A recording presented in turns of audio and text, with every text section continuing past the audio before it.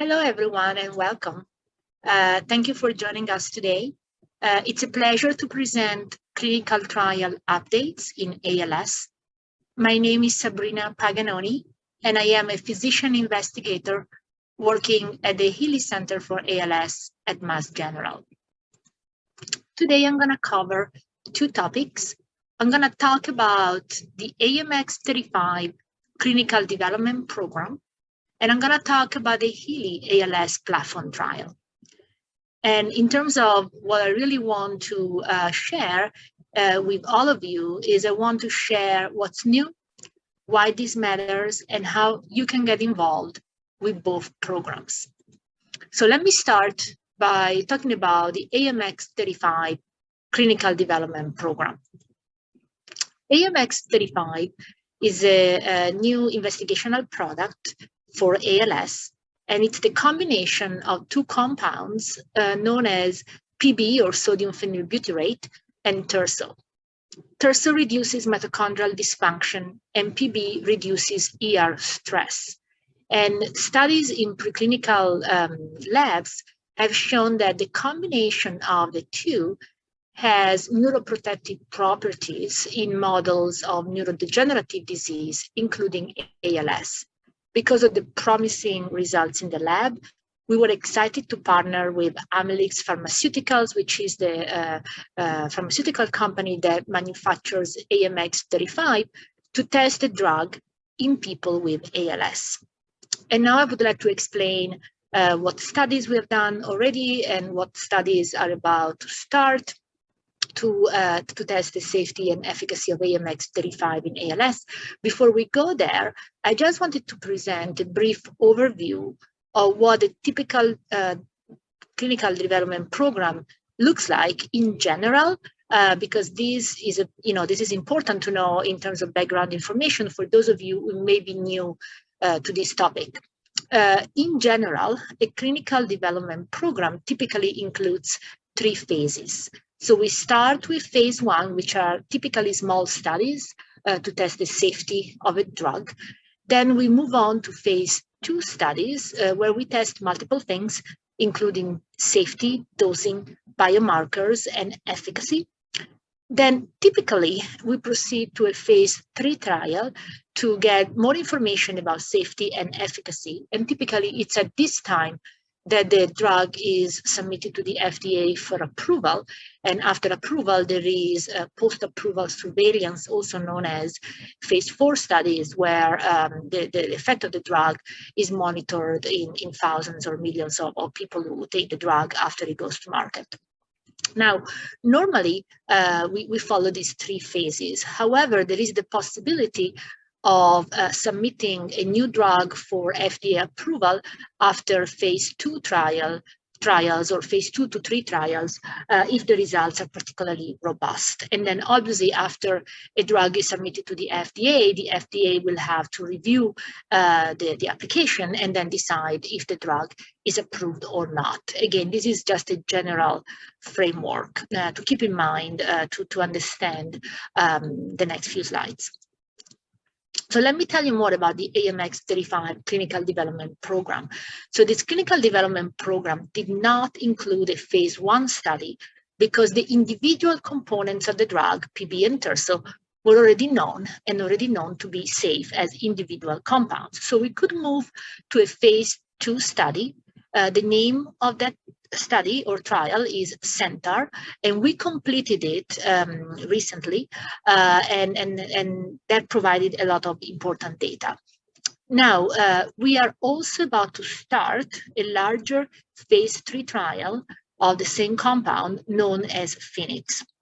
So now I want to tell you first about the results of CENTAUR, share some breakthrough news that just happened over the summer, and tell you more about Phoenix as well. So let me start with CENTAUR.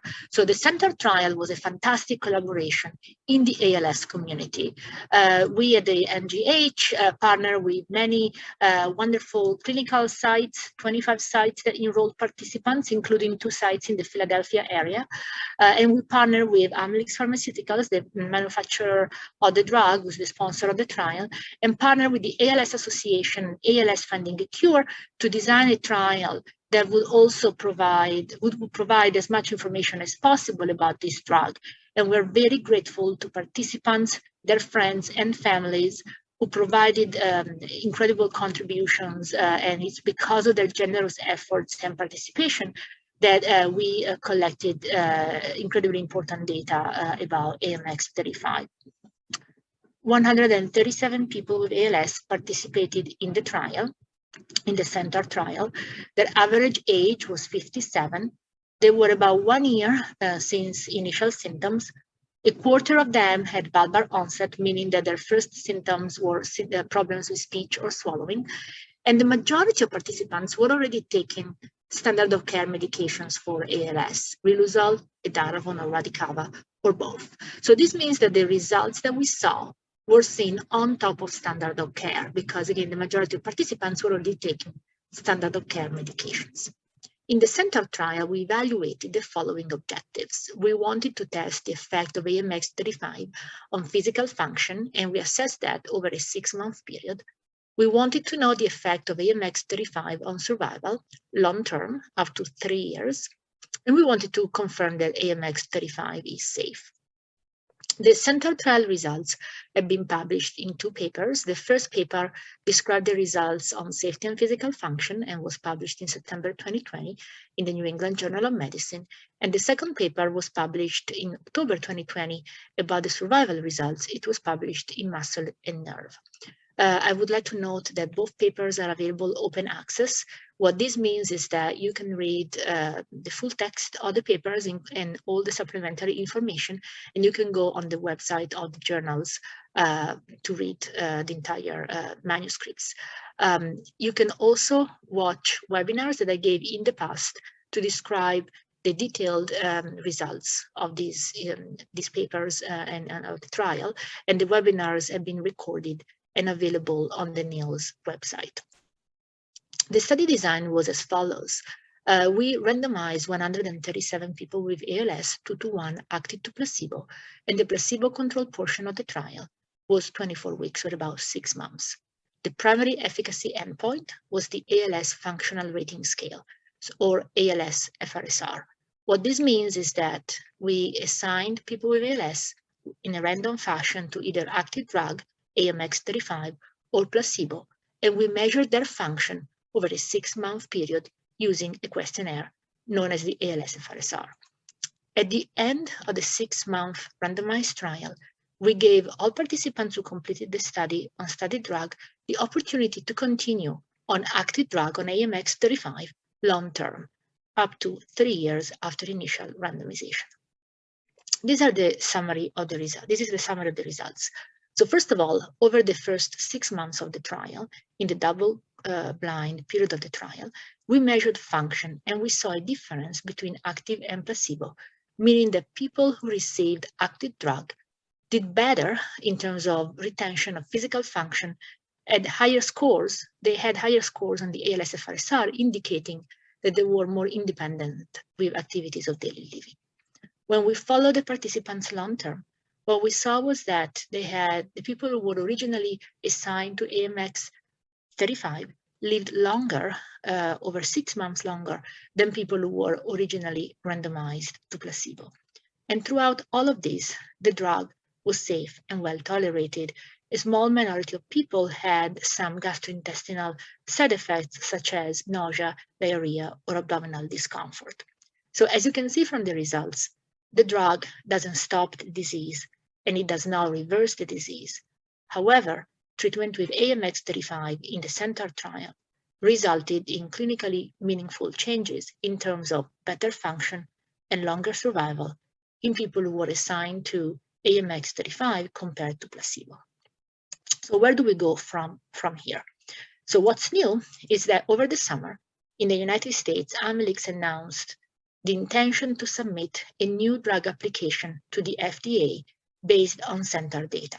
This means that the trial that I just described, the CENTAUR trial, which is a phase 2 trial, is basically now being used to submit a new drug application to the FDA, and hopefully the review of the FDA will be positive, which means that we could have a new drug for ALS based on CENTAUR data. This is the press release that was published just a few days ago. It's available on the web. But essentially, again, it says that Amylyx intends to submit a new drug application to the FDA for AMX0035 for the treatment of ALS based on data from CENTAUR. And this is based on a pre-NDA meeting, which is basically a procedural meeting that happened over the summer between Amylyx and the FDA. The meeting was about the process, not about the data review. And essentially, based on that meeting, it was decided that AMX0035 can be submitted again to the FDA for possible approval. Now, this is only the first in a multi-step process. So when a drug is submitted to the FDA, then obviously it has to be reviewed, and we don't know yet if the outcome of that review will be positive or negative. So in terms of what we know right now, what we know is that Amylyx intends to submit a new drug application or NDA with the FDA in the coming months. We don't know when they will submit the NDA, if the submission will be accepted, how long the review will take if accepted, and we don't know if ultimately AMX0035 will be approved for ALS. Obviously, we sincerely hope that all of this can happen quickly and that the review will be positive. Obviously, as you know, these submissions can be very complicated. The submission itself is, it can be 100,000 pages long. And it's not just about the clinical data that I just summarized a few minutes ago. It's about every aspect of the product. So what this means is that there needs to be a lot of additional information in terms of chemistry, manufacturing, toxicology, preclinical data. Everything goes into the package, and everything needs to go in a very specific format. So again, we know that the NDA will be submitted, but there are also a few unknowns. So we will keep the community posted. I gave a recent webinar on this topic, and we will continue to give webinars in collaboration with different patient groups and in collaboration with Amylyx Pharmaceuticals to bring you updates as they become available.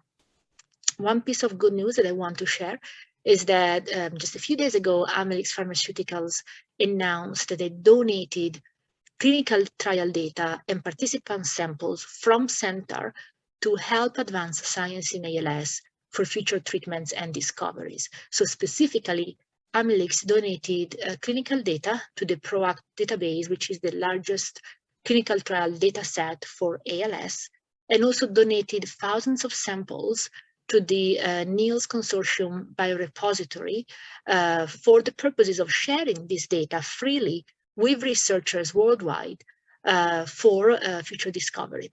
And I do want to say that this is fantastic news, and I hope that every company will consider donating their data from completed trials to help advance ALS science, just like Amylyx did. These resources, the Prote database and the NEALS biorepository, are academic resources that are funded by multiple partners, including the ALS Association and many other foundations that are listed on the slide here. And these are fantastic collaborative and shared resources. Again, the data and the samples are available for free to researchers worldwide. And so it's really great to see how the results of the CENTAUR trial can live on and contribute to ALS research. Now, as all of this is going on, and as the NDA submission goes in, we also want to continue to work to get AMX0035 to all people living with ALS worldwide. For this reason, the plan to submit the NDA does not impact the phase 3 clinical trial that's about to be launched. The phase 3 clinical trial is known as Phoenix and is moving forward as planned to supplement the clinical development of AMX0035. The study is sponsored by Amylyx Pharmaceuticals and it's about to be launched, not only in the US, but also in Europe. And it's also a great collaboration between academic clinical trial sites that are part of the NEALS consortium in the US and the TRICALS consortium in Europe. Let's review CENTAUR and PHOENIX side by side. I just explained the basic principles of CENTAUR and the results. I now want to share that PHOENIX will be a larger trial of about 600 participants, and it's also going to be global, not only in the US, but also in Europe. It's going to be a longer trial. It will have broader eligibility, meaning that more people with ALS can participate, and it will have a more comprehensive set of outcome measures. Well, what this means is that in addition to testing the effect of the drug on physical function, survival, respiratory function, we will also collect additional important information, such as, for example, time to key events, quality of life, time to transition through ALS stages, and impact of the drug on caregivers. So the study, the PHOENIX study, which is about to be launched both in the US and in Europe, will include about 600 participants, randomized 3-to-2, active to placebo, meaning 60% chance of receiving active and 40% chance of receiving placebo.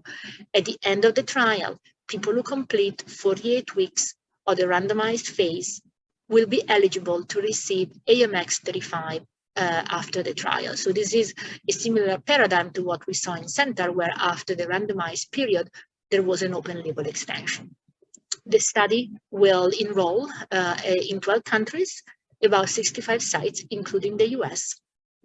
And in terms of US sites, site selection and activation are happening now, and the site list will be posted online as sites are activated. And you can also look at the government's website, the clinicaltrials.gov website. They will continue to be posted and updated as new sites are activated to enroll participants. So in summary, in the first part of the talk, I spoke about CENTAUR, which was a positive trial that answered many scientific questions and is supporting a new drug application to the FDA. Specifically, we hope to have AMX0035 as a new drug soon if the review by the FDA is positive. At the same time, we're also conducting PHOENIX, a phase 3 trial that was designed to supplement the AMX0035 clinical development program, and this trial is opening shortly in the US and Europe. If you're interested in participating in PHOENIX, I would like to encourage you to talk to your physician and also go to one of the websites and contact the groups listed here, including the ALS Association, for more information to see whether you might qualify and whether participating in PHOENIX might be a good next option for you. And I would like to say that the AMX0035 clinical development program brought together so many in the community, different groups, academic researchers such as myself and Dr. Sukovic, the co-PI of this trial, 25 clinical sites of the NEALS consortium and the entire NEALS consortium, patient groups such as ALS Finding a Cure, the ALS Association, and I Am ALS, again, everything working together towards the great goal of a new drug for ALS. Now, as we work on bringing the AMX0035 clinical development program to completion, we also need to be mindful that there are other promising investigational products that should be tested as quickly and as efficiently as possible so that we can develop even more drugs for ALS. And that's where, that's why I'm so excited about the HEALEY ALS platform trial. The HEALEY ALS platform trial is being led and sponsored by Dr. Mary Sukovic and the HEALEY Center for ALS and Mass General in collaboration with several academic partners, industry partners, and patient groups. We see many logos on the slide because everyone is rallying together. The entire community came together to really support a fantastic new trial paradigm that has only one goal, which is to bring new treatments to people with ALS as quickly as possible. And we know that's important because, as Sandy reminded us, the ALS clock is a lot faster than the human time clock. So we don't have time and we need to act as quickly as possible. The good news is that ALS is the neuromuscular disease with the largest drug pipeline. So as of today, in 2021, there's over 160 companies working in the ALS space and thousands of investigators worldwide working on many targets. This is important. This was not the case even just a few years ago. So now that we have so many investigational products in the pipeline, how can we test them as quickly as possible so that we can learn which ones work and which ones don't work and move forward and develop new drugs for ALS? Now, in reflecting on how traditional clinical trial development works, you can think of this as if a trial is a game, we need to build a stadium to play that game. And then we're going to dismantle that entire infrastructure and have to start from scratch again. That is not an efficient way of testing drugs. It takes time to test each therapy if we test them one at a time, because we have to build an infrastructure to test the one treatment and then restart again if that's negative, and again, start from scratch. Instead, we know that there is a different approach called the platform approach that inspired us from cancer, where they're developing treatments much faster than in neurology, also because they use innovative approaches such as the platform approach. In the platform approach, contrary to a traditional trial, you can test multiple drugs at the same time. And the way to do it is to build an optimized infrastructure at the beginning and then keep it open to test multiple drugs and continue to add more, to test more until we find cures for all people with ALS. So that's what we did over the last couple of years. We built an optimized infrastructure, and now we're rapidly testing many drugs so that we can accelerate the development of new drugs for ALS. This started a couple of years ago when Mr. Healy gave a transformative gift to enable the creation of the Healy Center, and our signature project is the Healy ALS platform trial. We know from our research and experience from cancer that by testing multiple drugs using a platform approach instead of a traditional approach, we will cut down the time by half at least, we will cut costs by a third, and most importantly, we would reduce placebo so that more people can have access to active drug. We work together with the entire ALS community, and I really want to thank all the collaborators and everyone who has been so supportive. We work with industry, the FDA, patients, foundations, sites, investigators, and really put together a program that can really accelerate the development of new treatments. The program is led by Dr. Sukovic. I'm really glad to work in collaboration with many investigators, Dr. Andrews, Barry, Dr. Sukovic, of course, as well as Dr. Scheffner, and with many amazing statisticians, Drs. Detri, Macklin, Quintana, and Saville from MGH and from Barry Consultants. Barry Consultants is a statistical firm specializing in platform trials, and really they taught us how to design from a statistical point of view platform trials, and we brought in the ALS experience of the NILS Consortium and the Healy Center to really create an optimized infrastructure. It's this shared infrastructure and master protocol that allow for the operational and scientific efficiencies that I mentioned earlier. We basically created this shared infrastructure to share data across, share placebo data across different drugs so that we could make progress faster and dramatically reduce placebo. So now for every 4 people who enter the trial, only 1 goes on placebo and 3 go on active. And then at the end of the trial, we offer open label extension for everyone so that everyone after 6 months can receive active drug. Again, this is a trial design that's efficient, that can cut time, cut costs, and reduce placebo. We do that by having a common protocol for multiple drugs. The protocol is like our house. So we built a house with strong foundations, with some key elements, and now we allow different drugs to be part of our house so that we can test multiple drugs at the same time. At this time, we're testing 4 drugs, but we're already working on adding more. And in this way, we can make progress faster.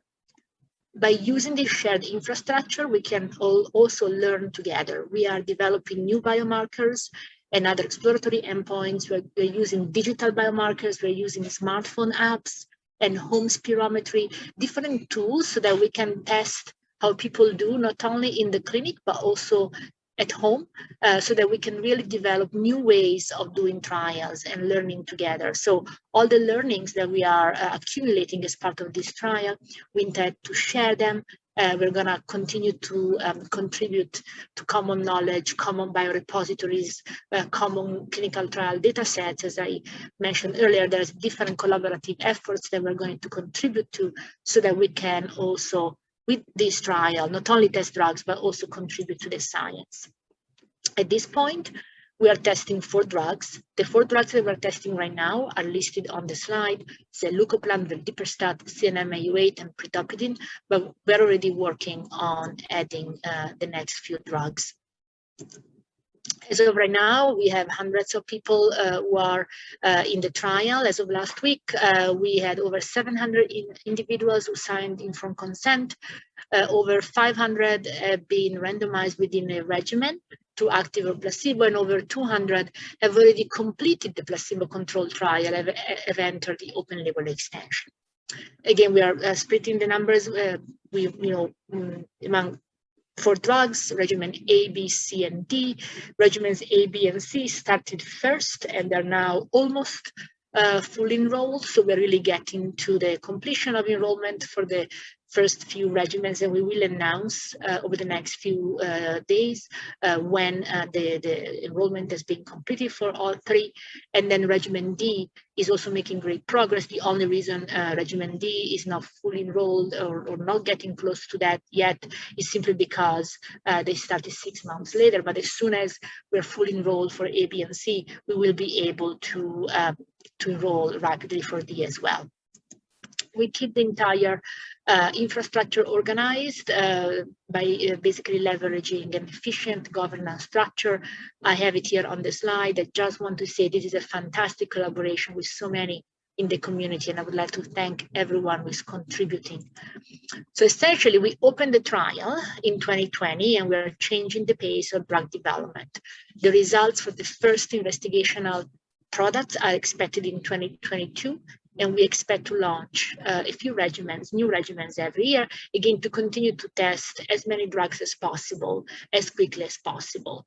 We also have a small expanded access or EAP companion that launched in 2021 for people who are not eligible for the trial. We do have a lot of information available on our website. That's the link to the website. I also want to share that on our website, we have a lot of information. You can use the QR code or the link there to go directly to the list of sites that are currently enrolling. Right now, we have 52, but we're adding 22 more very soon. So again, keep checking our website for more news. We also have several sites in Pennsylvania, both in Philadelphia and in other locations. We do have a dedicated patient navigator team. Catherine and Alison are available to answer your questions by phone or email, and all the information is on the slide. And lastly, we have weekly webinars, so we are always happy to connect with the patient community. I'm very excited to be here with you today, and I'm thankful that the ALS Association is sponsoring this event. I'll be happy to take your questions and also to follow up on other webinars as well. And again, we're committed to continuing this conversation with the entire ALS community. So I hope that over the last 20 minutes or so, I shared exciting news about the fact that we are continuing to test more products for ALS, and I hope that there will be a lot more progress very soon. Certainly, we'll keep you posted. Thank you.